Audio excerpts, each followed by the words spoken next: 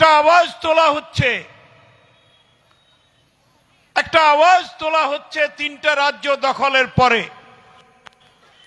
গেল রে বিরোধীরা, বিজেপি নাকি আবার ঝড়ের গতিতে আসছে। ভুল।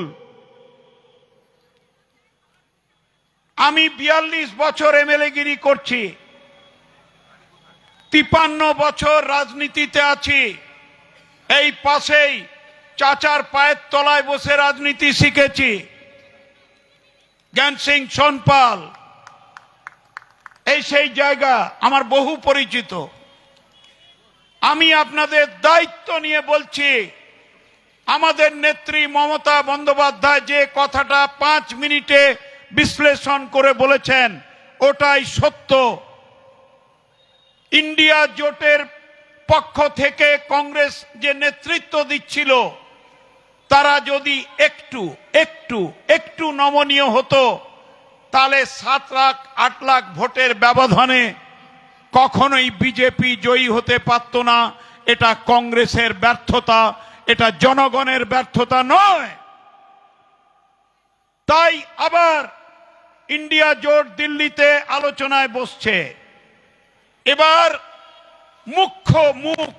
মুখ্য চরিত্র, মুখ্য নেত্রী, আমাদের নেত্রী, বাংলার নেত্রী, জননেত্রী, মুখ্যমন্ত্রী মমতা বন্দ্যোপাধ্যায়।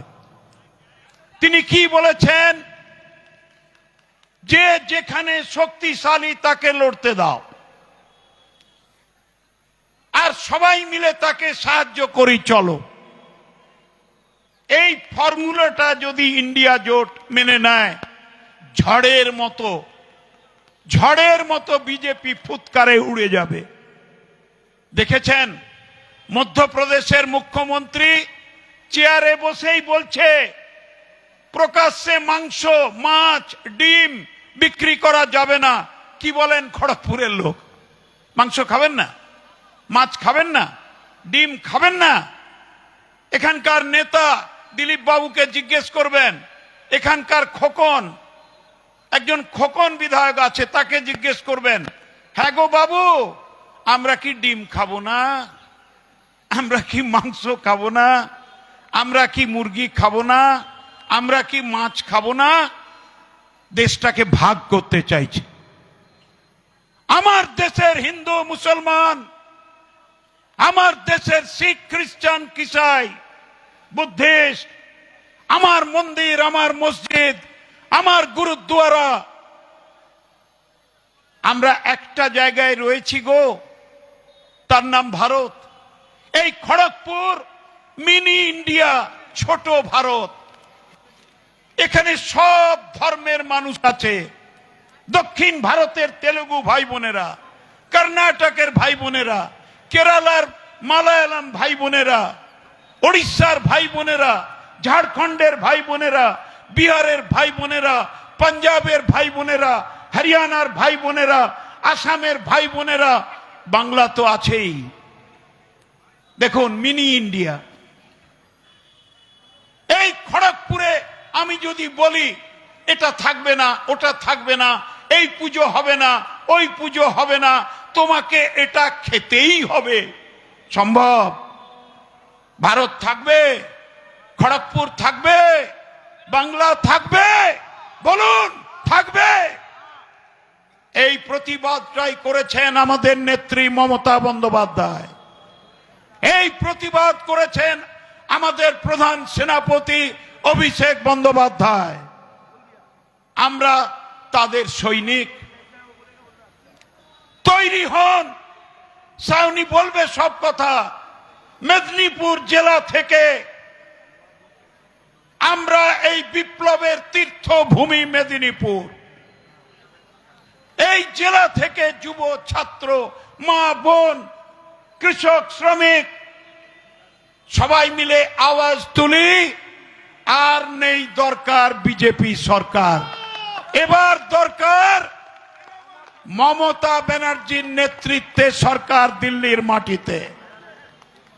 এটা হবে, কিন্তু তার জন্য আমাদের সংঘবদ্ধ সংগঠন চাই, লড়াই করতে হবে।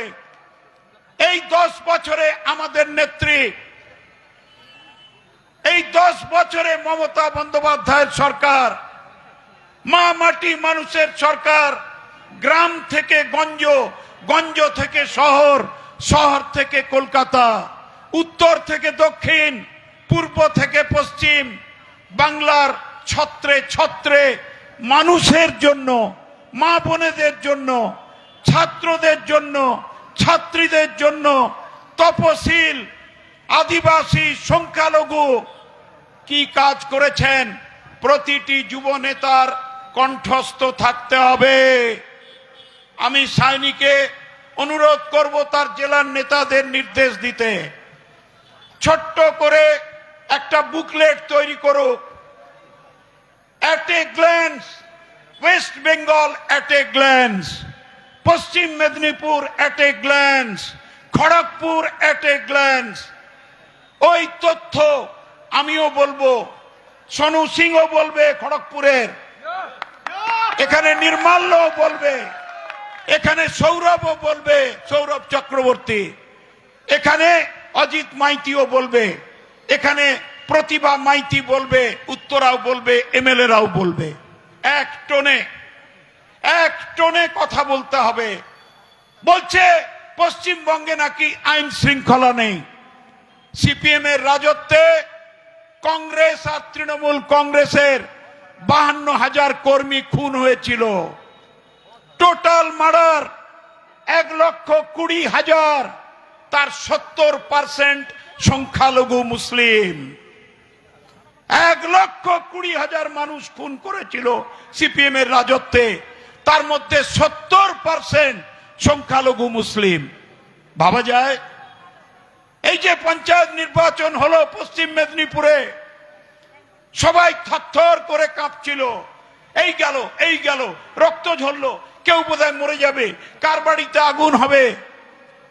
মমতা ব্যানার্জি, অভিষেক ব্যানার্জি, মমতা ব্যানার্জির সরকারের প্রশাসন, জেলা প্রশাসন, এই প্রথম মেদিনীপুর জেলায় রক্ত শূন্য, মৃত্যু শূন্য নির্বাচন হয়েছে।